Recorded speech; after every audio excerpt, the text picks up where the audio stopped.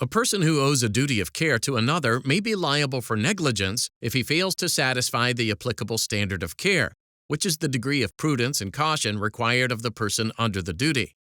Courts generally apply a different standard of care for minors, but the court in Purtle v. Shelton considered whether an adult standard of care may apply to minors engaged in certain activities. In 1969, Kenneth Shelton Jr. and Jerry Purtle went on a deer hunting trip. Kenneth was 17 years old at the time.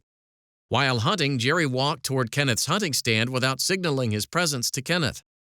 Believing he saw a deer, Kenneth fired his high-powered rifle in Jerry's direction. The bullet struck a tree, sending shrapnel into Jerry's eyes. Jerry's father, acting on Jerry's behalf, sued Kenneth and his father for negligence. The trial court instructed the jury on the degree of reasonable care for a minor.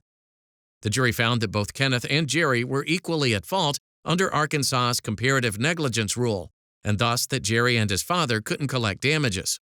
Jerry's father appealed to the Arkansas Supreme Court, arguing that the trial court should have applied an adult standard of care in considering Kenneth's liability.